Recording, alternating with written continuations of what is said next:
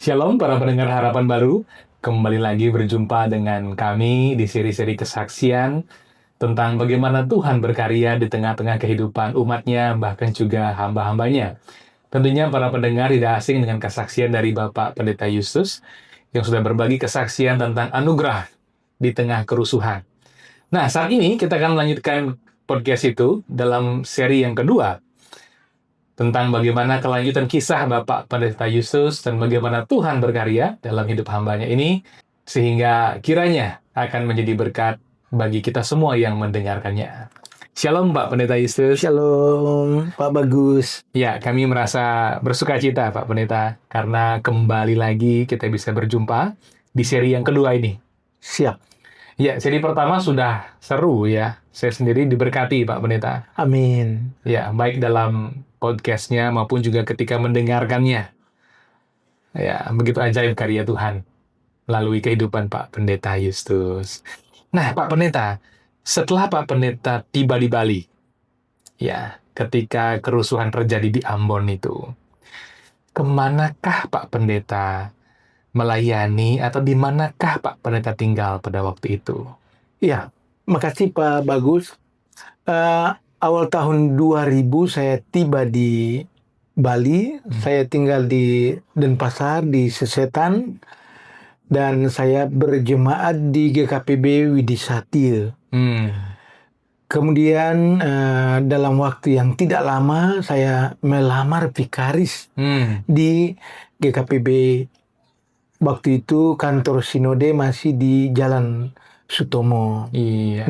Belum di kapal. Aha. Ya, saya melamar vikaris, kemudian dipanggil oleh Bishop waktu itu, almarhum Bapak Bishop Ayub, Ketut Suyage Ayub, sekumnya Bapak Bishop Nyoman Suwande, ya, bahwa saya kemungkinan akan diterima menjadi vikaris. Ya, namun karena saya baru tiba di Bali, belum tahu budaya, bahasa, juga GKPB, maka saya semacam orientasi di GKPB Jemaat Widisatya. Ya, disitulah saya berjemaat.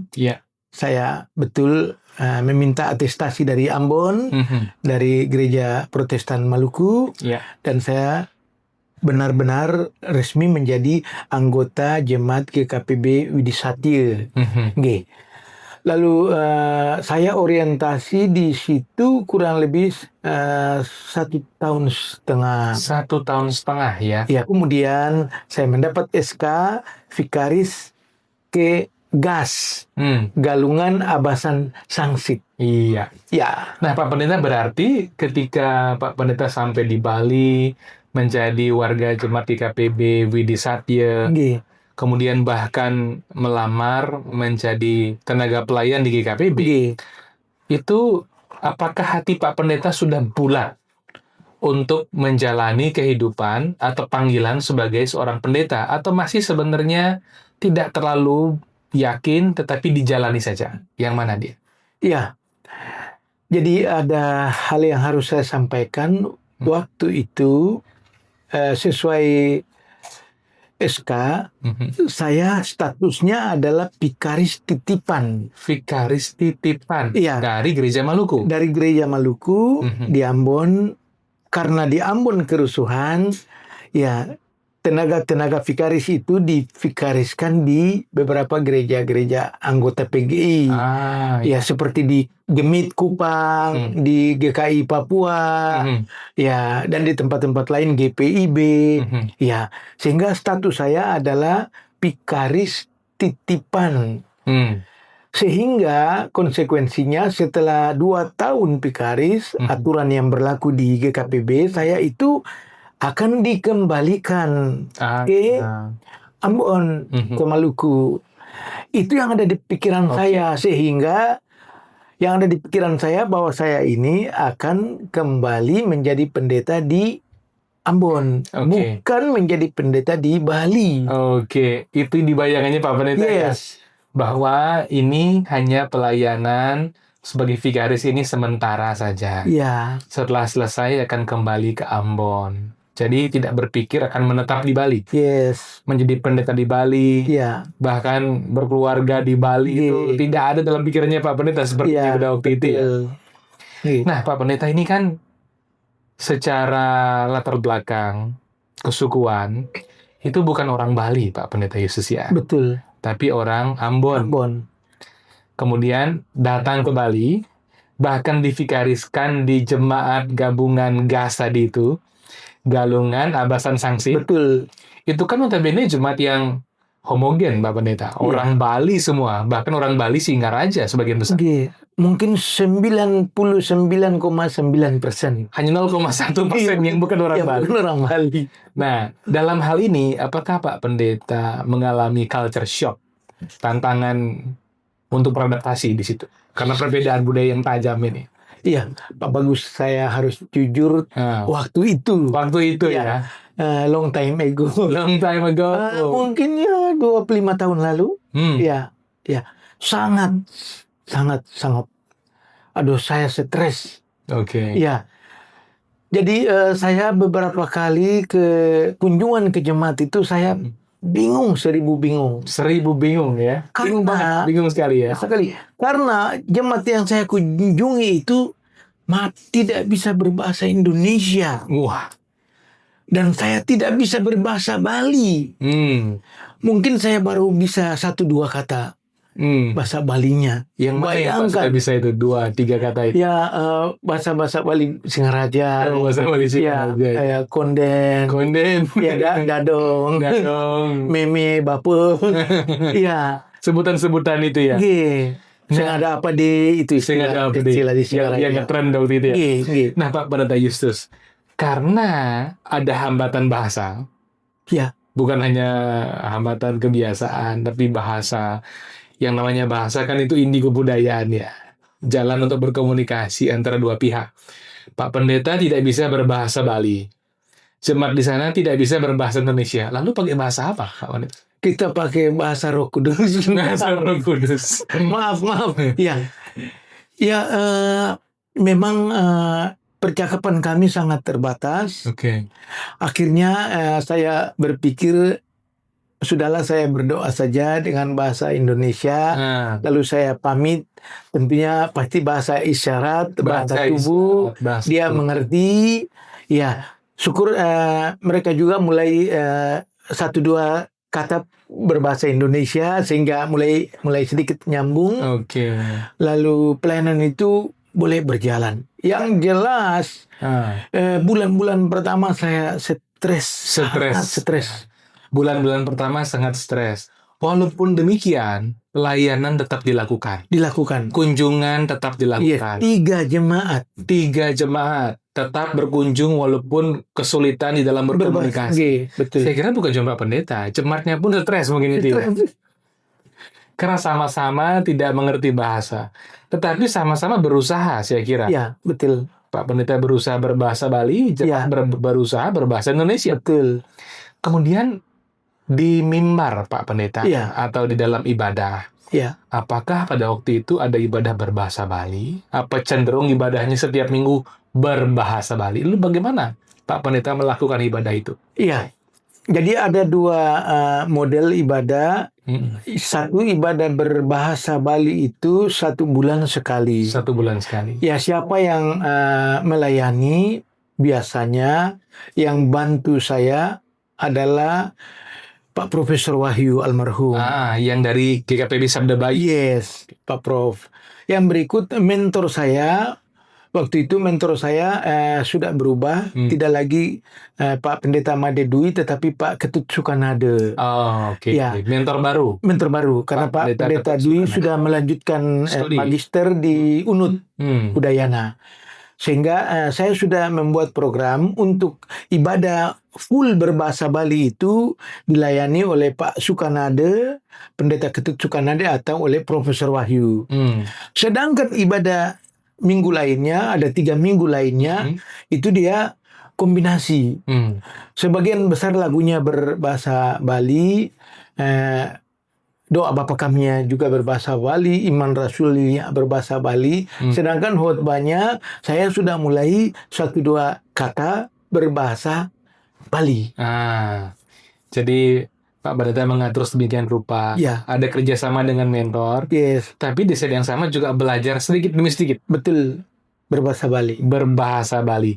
Pak Pendeta punya guru selain Pak Pendeta Ketut Sukanada atau mentor kah Iya, dalam berbahasa Bali? iya, Adakah jemaat yang membantu Pak Pendeta atau hanya dengan mentor? siap. Jadi saya banyak belajar bahasa Bali dari jemaat, Dari jemaat. siapapun dia. Mhm. Tetapi ternyata yang saya tahu bahwa berbahasa Bali di mimbar dengan berbahasa Bali di dapur, di pasar, Ya. itu berbeda. Tidak sama. Tidak sama. Tidak sama. Katanya ada waktu itu. Oke. Kalau sekarang saya mengerti. Waktu itu katanya ada bahasa Bali rendah, menengah, dan bahasa Bali halus. Ya. Yang di mimbar itu paling tidak menengah atau halus waktu itu. Sehingga saya setiap hari ketika tidak ada kegiatan pelayanan, pasti saya belajar bahasa Bali resmi ke Profesor Wahyu. Jadi saya ke rumahnya di Singaraja, di kota, lalu saya belajar bahasa Bali halus, membaca buku Alkitab bahasa Bali, Kidung Pamuji bahasa Bali, berdoa bahasa Bali, iman rasuli, pengucapan yang benar, doa Bapa kami, pengucapan yang benar, termasuk juga berkhotbah dalam bahasa Bali. Wah, luar biasa ya. Iya. Berarti Pak Pendeta berlatih dengan tekun ya. Tekun, sangat baik dengan jemaat maupun juga seorang diri. Iya. Ya, supaya pembacaannya benar. Benar. Sebab saya berpikir takutnya saya tidak lulus vikaris dan berarti saya tidak bisa ditahbiskan. Jadi yang mendorong Pak Pendeta betul-betul belajar budaya Bali, termasuk berbahasa Bali untuk pelayanan dan khotbah, itu kerinduan supaya bisa ditahbiskan. Bisa ditahbiskan. Karena kan tidak mudah loh Pak. Belajar dengan tekun itu Pak Pendeta. Banyak orang memulai dengan penuh semangat. Tetapi berapa banyak yang juga sampai mencapai tujuannya kan tidak semua ternyata. Tapi wanita ternyata dalam masa periode kevikariatan, sungguh-sungguh belajar berbahasa Bali. Dari jemaat, dari mentor, bahkan belajar sendiri. Tekun berlatih membaca dan mengucapkannya. Betul. Nah, sampai periode kevikarisannya selesai, ternyata lumayan sudah berkembang Pak ya? Sudah. Dan setelah itu mutasinya memang dibawa juga ke SK-nya juga ke jemaat yang masih di kampung, yaitu di GKPB Jemaat Bait Laharoi Penataran. Oke. Bukan semua jemaat, sebagian besar orang Bali juga. Orang Bali, orang Gusti. Dan di situ saya tahu bahwa itulah berbahasa Bali yang halus di GKPB Jemaat Bait Laharoi Penataran itu. Di situ ternyata saya lebih lagi bisa berbahasa Bali halus. Berkembang ya. Berkembang pemahaman kemampuan berbahasa Bali halus. Jadi Pak Pendeta sudah mendapatkan sedikit modal. Siap. Berbahasa Bali. Betul. Mengerti budaya di gabungan jemaat Galungan Abasan Sangsit ini. Ya. Sehingga ketika di 8 tahun. Di sana 8 tahun? 2 periode. Di Singaraja, 2 periode. di gabungan 3 jemaat itu 8 tahun. 8 tahun. Wow. Itu lumayan panjang ya. Panjang. Itu banyak memberikan dan mempersiapkan Pak Pendeta. Betul. Untuk pelayanan di penataran. Sehingga ketika sampai di penataran tidaklah kosong sekali. Sudah punya modal berdoa dalam bahasa Bali. Pengalaman berkorban dalam bahasa Bali. Bercakap-cakap dalam bahasa Bali. Betul. Bahkan juga beradaptasi dengan budaya Bali di masyarakat. Iya, betul. Betul sekali. Iya. Dan berkembang ternyata di penataran. Ya, di penataran Pak Pendeta berapa lama? 1 periode 4 tahun. 1 periode. Iya. Nah, kalau boleh tahu nih Pak Pendeta, apa perbedaan yang signifikan antara di gabungan GAS, Galungan Abasan Sangsit, dengan di penataran pada waktu itu? Iya. Yang saya lihat, yang saya paham bahwa berbahasa Bali di Singaraja dengan di GAS tadi dengan berbahasa Bali di penataran itu beda. Apa bedanya? Disitulah saya tahu bahasa Bali yang kasar dengan bahasa Bali yang halus. Oh begitu. Ya, jadi ada kata-kata, kosakata yang saya hafal waktu di GAS, ya tidak bisa dipakai di penataran. karena dia menggunakan bahasa Bali halus. Oke. Apakah sudah sempat digunakan sebentar, ternyata tidak bagus, tidak boleh, atau tahu dari awal sudah tidak boleh? No, eh, saya menggunakan bahasa Oh, sempat itu. dipakai bahasa Singaraja aja. Nggih. Kemudian dengan beretika, jemaat itu memberitahu Pak Pendeta bahwa bahasa yang Bapak gunakan itu bahasa kasar. Ya, bahasa halusnya ini. Oke. Ya, kalau berbicara dengan orang berkasta, Ya. Gusti Anagung Dewo, bahasanya ini karena ini bahasa halusnya. Sehingga referensi kosakata saya itu bertambah. Dan saya Memperkaya. sangat bersyukur. Dapat di dua daerah Ya, sama-sama homogen Bali, betul. tetapi berbeda kebiasaan Nggih. dan bahasa, yakni Singaraja dan Penataran, Betul. Tabanan ya Pak Pendeta. Ya, Nah Pak Pendeta, sebelum kita lanjut lagi nih, siap. Pak Pendeta punya pesan nggak untuk adik-adik vikaris yang barangkali sedang belajar bahasa Bali? Kan sekarang ini sudah dari periode sebelumnya sebenarnya ada kelas bahasa Bali untuk para vikaris, untuk pendeta muda. Apa pesan Pak Pendeta untuk mereka? Karena kan Pak Pendeta duluan nih dalam proses dan periode itu. Betul. Apa yang menjadi pesan Pak Pendeta yang kiranya bisa menginspirasi mereka? Iya. Nah, jadi Pak Bagus, saya sekali lagi menyampaikan bahwa saya vikaris itu 5 tahun. 5 tahun. Itu berarti paling tidak 5 tahun itu saya harus belajar dan belajar teristimewa belajar bahasa Bali. Oke. Sebab saya berpikir waktu itu kalau saya tidak sanggup berbahasa Bali, padahal GKPB adalah gereja di Bali, Ya. kemungkinan saya tidak lulus sehingga saya tidak ditabiskan. Itu persoalan bagi saya. Oke. Jadi pesan saya kepada adik-adik, ya adik-adik kita Ya. yang mulai mempersiapkan diri memasuki ladang pelayanan dengan jabatan vikaris, ya yang sudah bisa berbahasa Bali, ya jangan berhenti belajar. Yang belum harus belajar berbahasa. Sebab realita bahwa jemaat-jemaat kita di kampung masih ada dan jumlahnya cukup banyak, ya yang tidak bisa berbahasa berbahasa Indonesia atau belum bisa berbahasa Indonesia atau memang tidak bisa berbahasa Indonesia. Ada Guti, Niang, Kakek, Dadong, ya itu mereka tidak bisa berbahasa Indonesia. Ya. Kemudian secara psikologis yang pernah saya pelajari, pesan itu akan lebih dapat ketika kita menggunakan bahasa ibu. Misalnya kita mau menasehati seseorang atau menguatkan seseorang. Ada jemaat kita yang putus asa, ada jemaat kita yang hilang harapan. Ketika kita menggunakan bahasa ibu, ya bahasa Bali. Iya, Balinya itu masuk dia. Dan hal itu banyak saya dapatkan dari jemaat ketika ada 2 lagu. Lagu berbahasa Indonesia dan lagu berbahasa Bali. Oke. Ya, lagu yang sama. Ya. Dia lebih mendapat maknanya ketika lagu itu dalam bahasa Bali. Ya, dibandingkan dengan lagu dalam bahasa Indonesia. Berarti ada persoalan psikologi, persoalan bahasa dan budaya ya. Dan budaya. Dan rasa. Ya. Dan oleh sebab itu Pak Bagus, kepada adik-adik kita, ya Bapak Ibu pendeta juga, memang kita harus sering menggunakan bahasa Bali dalam percakapan, dalam diskusi kita. Sebab kita akan berjumpa dengan jemaat yang mungkin saja tidak bisa berbahasa Indonesia dan kita harus berbahasa Bali. Iya, iya. Jadi intinya Pak Pendeta masih merupakan kebutuhan sebenarnya, apalagi bagi para orang tua yang di pedesaan. Iya, betul. Bahasa Bali itu penting. Nah, Pak Pendeta, dalam hal itu juga saya melihat Pak Pendeta begitu concern ya dengan panggilan menjadi pendeta ini, sehingga tidak mau gagal. Itu yang memotivasi Pak Pendeta menjadi orang yang pantang menyerah belajar bahasa Bali. Nah, Pak Pendeta, ada satu sisi kehidupan Pak Pendeta yang ingin saya gali juga. Ya. Pak Pendeta ini kan punya latar belakang sebagai atlet tinju. Nggih.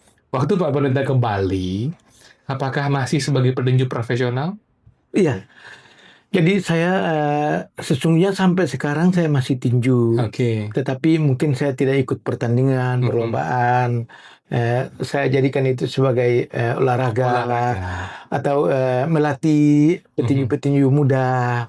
Ya, jadi sesungguhnya tahun-tahun itu, tahun-tahun 2000, 2001, 2002, menurut saya itu sesungguhnya kalau saya terjun murni petinju, mungkin itu masa keemasan saya. Oh, Dari segi fisik, umur. Itu kan umur saya 23, 24. Itu masa keemasan seorang petinju. Cuma karena memang saya sudah fokus menjadi seorang vikaris. Oke. Seandainya saya meninggalkan vikaris atau tidak ambil pelayanan, saya misalnya ke Jakarta, saya yakin pasti saya jadi petinju. Karena Pak Pendeta menjadi bakat itu ya? Ya, ada bakat. Dan itu fisik. Jadi tahun-tahun vikaris itu memang fisik saya sangat sangat sehat, sangat kuat. Jarang sakit? Jarang sakit. Kuat. Pukulan mematikan saya itu sadis. Cuma ya itulah saya tidak kembangkan ya lagi-lagi karena saya dipanggil ya untuk menjadi pendeta. Di Singaraja vikaris saya masih bertinju. Saya masih bertinju untuk Singaraja. Mewakili Singaraja? Nggih. Jadi masih setiap sore masih berlatih. Oke. Nggih. Nah Pak Pendeta, dengan bakat tinju yang sebesar itu dan menyadari bakat itu Pak Pendeta dan meninggalkannya fokus kepada hal yang berlawanan lah ya.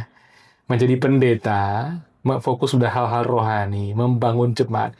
Apa sih sebenarnya yang menjadi kekuatan terbesar Pak Pendeta untuk fokus? Karena saya pernah dengar Pak Pendeta juga menerima lawatan dari Tuhan. Iya. Tentang panggilan jadi pendeta ini. Jadi bukan sekedar doanya Oma, tetapi ada lawatan yang istimewa. Barangkali Pak Pendeta bisa menceritakan hal itu dan kapan itu terjadi? Iya. Jadi waktu SMA sudah mau tamat, saya sudah mempersiapkan diri untuk mendaftar sebagai calon TNI. Ya, pada saat yang sama juga saya melihat Tuhan Yesus di kamar tidur pagi atau subuh. Tuhan Yesus itu datang. Saya yakin 100% kalau itu Tuhan Yesus. Ya, dengan baju putih, ya beliau sangat tinggi, bersinar. Suara yang beliau sampaikan ke saya itu memberikan makna bahwa saya dipersiapkan untuk menjadi pendeta. Tetapi saya tidak berhenti untuk bertinju. Saya berpikir, okelah saya tetap bertinju. Kemudian saya juga menjadi tentara. Tetapi semoga saya juga bisa menjadi pendeta. Jadi saya waktu itu sudah mulai berkembang bahwa saya akan jadi tentara dulu. Ya, saya jadi tentara dulu. Kemudian nanti saya sekolah untuk menjadi pendeta. Rencananya Pak. Rencananya begitu. Sehingga pendeta dapat, tentara juga dapat, dan saya masih terus berkarir dalam dunia tinju. Ya, itu kehadiran Tuhan Yesus dalam mimpi atau tidur saya itu membuat saya takut juga. Takut dalam arti kalau saya tidak sekolah teologi. Sehingga tamat SMA saya melamar kampus teologi supaya bisa mempersiapkan diri jadi pendeta. Tetapi saya tetap akan melamar tentara. Begitu. Sulit juga ya pada waktu itu ya. Ya. Tapi yang jelas lawatan Tuhan Yesus kepada Pak Pendeta Yesus terjadi di dalam mimpi. Iya, betul. Apakah Pak Pendeta bisa ingat detail gambaran Tuhan Yesus yang Pak Pendeta lihat dalam mimpi? Masih. Sampai sekarang. Seperti mungkin apa? saya Mungkin tidak bisa digambarkan. Siapa tahu ada seorang pelukis bisa menggambarkan. Betul. Ya. Jadi posisi saya memang masih tertidur. Kurang lebih jam 5 pagi, jam 5 subuh. Ya. Lalu tiba-tiba Tuhan Yesus itu tampil. Posisi beliau itu di depan pintu kamar saya. Ya, berbaju putih. Tingginya beliau itu sampai ke plafon. Jadi mungkin sekitar 3 meter. Besar. besar banget, besar banget. Ya, beliau memberi salam kepada saya. Dengan salamnya apakah terlihat lubang pakunya? Betul, ada sinar. Beliau memberikan salam kepada saya dan beliau menyampaikan bahwa saya harus menjadi seorang pendeta. Oke. Ya, tidak lama peristiwa itu, mungkin 2-3 menit. Dan saya tidak bisa berkata-kata, seperti mulut saya itu ditutupi. Jadi Dikunci gitu ya? Dikunci. Saya tidak bisa berkata-kata. Saya merasa seperti setengah sadar, setengah mimpi. Tetapi kemudian ketika beliau tidak ada lagi, ya bayangan itu pergi, saya yakin 100% bahwa saya sadar terhadap peristiwa itu. Iya, itu yang membuat sekalipun minatnya Pak Pendeta di TNI, di tinju, Iya, panggilan menjadi seorang pendeta itu tidak bisa disangkal lagi. tidak bisa. Walaupun coba diatur bagaimana penempatan urutan pencapaiannya, ternyata ujung-ujungnya menjadi pendeta juga. Pendeta juga. Ya. Nah, apa pesan Pak Pendeta bagi orang yang menerima panggilan untuk menjadi pendeta? Tentunya kan ada aja godaannya Pak Pendeta. Iya. Apa yang menjadi pesan Pak Pendeta bagi anak-anak muda yang dipanggil untuk melayani Tuhan sebagai pendeta? Iya. Saya juga mendengar kesaksian-kesaksian dari beberapa orang. Memang panggilan itu kadang dari sekolah dasar, kadang SMA, atau kadang mahasiswa.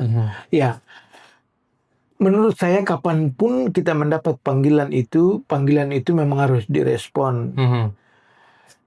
Saya yakin, sangat yakin, jika saya tidak mengikuti panggilan untuk menjadi pendeta, dan misalnya saya fokus untuk petinju dan fokus untuk TNI, mungkin saja saya tidak sukses.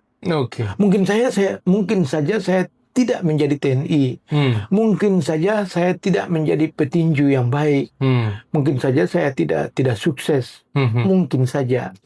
Ya, tetapi ketika saya merespon panggilan, saya berusaha menjadi mahasiswa teologi, melakukan tugas, melayani di gereja-gereja yang membutuhkan, mengajar sekolah minggu, aktif di pemuda, di GMKI. Ya, betul. Bayangkan saya bisa ke Bali. Ya, gereja Kristen Protestan di Bali itu terkenal. Zaman itu, tahun itu dikenal gereja kaya, gereja paling mewah tahun itu. Sehingga teman-teman yang mendengar kalau saya sudah vikaris di gereja Bali itu, mereka bertanya kok bisa. Bukan masalah persoalan apa, tapi mereka tahu gereja Bali itu gereja paling kaya, punya hotel, punya kampus. Memang betul serius. Tahun itu ya, dan sampai sekarang orang memahami hal itu. Pak Pendeta kan akhirnya memutuskan sungguh-sungguh menjadi pendeta, fokus. Nah, sejak kapankah Pak Pendeta berhenti menjadi petinju profesional dan hanya menggunakannya sebagai olahraga? Iya, memang sebagai olahragawan, khususnya olahraga bela diri, kesadaran fisik itu sangat penting. Jadi banyak olahragawan yang menekuni bela diri itu, mereka mulai mengundurkan diri setelah mereka menyadari fisiknya melemah. Ya, usia otomatis mempengaruhi, apalagi kalau kita tidak continue. Ya, setelah tamat dari Singaraja, saya lanjut ke penataran GKPB Bahit Laeroi. Di situ tidak ada aset lagi untuk bertinju. Kalau saya harus ke Singaraja itu jauh sekali, ke Denpasar juga jauh sekali, sehingga saya sudah tidak bertinju. Kemudian saya ke Jogja melanjutkan S2. Pulang dari Jogja, saya di Bukit Doa di Tiga Mandala. Tidak juga bertinju, tetapi masih lari, masih sepak bola. Ya, kembali lagi saya lanjutkan tinju itu pada saat saya ditempatkan di GKPB Getsamani. Ya, saya diminta bergabung dengan sasananya Pino Bahari, ya Om Daniel Bahari, Dodi Bahari. Ya di situ fungsi saya adalah sebagai pelatih. Oke. Saya sudah tidak naik rank lagi, sudah tidak berkompetisi. Jadi saya melatih anak-anak yang umur 7 tahun sampai 10 tahun, petinju-petinju pemula. Jadi saya melihat itu sebagai sebuah pelayanan. Iya. Jadi ada anak-anak yang memang rindu sekali menjadi petinju, ya lalu pihak Sasana Pino Bahari meminta Pak Pendeta bantu pelayanan anak-anak. Saya melatih mereka, menyiapkan mereka, lalu saya sparring juga dengan petinju-petinju prapon. Jadi beberapa petinju yang ikut pon di Papua itu teman sparring saya. Jadi saya sparring dengan mereka sesuai dengan kelas, sehingga mereka dapat emas di Papua, pon Papua. Itu teman-teman sparring. Bahkan petinju-petinju di Jakarta yang hebat-hebat, kalau ke Bali kami sparring di situ. Ya beberapa petinju dia. Keluarga Bahari ya. Keluarga Bahari yang Jadi Pak masih punya Pendeta Sasana. masih naik ring di Singaraja, Nggih. tapi setelah itu lebih fokus ke olahraganya saja. Iya, Bahkan sebagai tetap olahraga, juga ya. sebagai pelatih. Yes. Ya Pak Pendeta, sebuah kesaksian yang indah ya. Nggih. Bagaimana Tuhan Yesus tuh membawa Bapak dari kerusuhan pindah ke Bali, menjadi warga Jemaat GKPBB di Satya, Betul. menjadi vikaris, Ya. dengan segala tantangannya, culture shock-nya, belajar bahasa Bali, kemudian akhirnya bisa menjadi pendeta di Tahbiskan. Dalam pada itu menjadi petinju, dan di Singaraja ternyata selesai secara profesional, tetapi terus berlanjut secara olahraga. Olahraga. Bahkan sempat menjadi pelatih. Pelatih. Ya. Nggih. Pak Pendeta, terima kasih banyak. Siap. Tuhan itu ternyata punya rencana lebih indah dari kita. Ya, itu yang saya pahami dari kesaksian Pak Pendeta. Dan kiranya para pemirsa Harapan Baru, kita semua belajar bahwa rancangan Tuhan lebih indah. Kita bisa punya banyak bakat, kita bisa punya banyak minat, kita bisa punya rancangan. Tetapi tetaplah terbuka kepada rancangan Tuhan. Sebab rancangannya, panggilannya adalah yang terbaik. Bagaimanapun kita milik Tuhan, kita hidup untuk Tuhan, kiranya dengan kesaksian ini, kita semua diberkati untuk memilih jalan Tuhan di atas segala-galanya. Tuhan Yesus memberkati kita.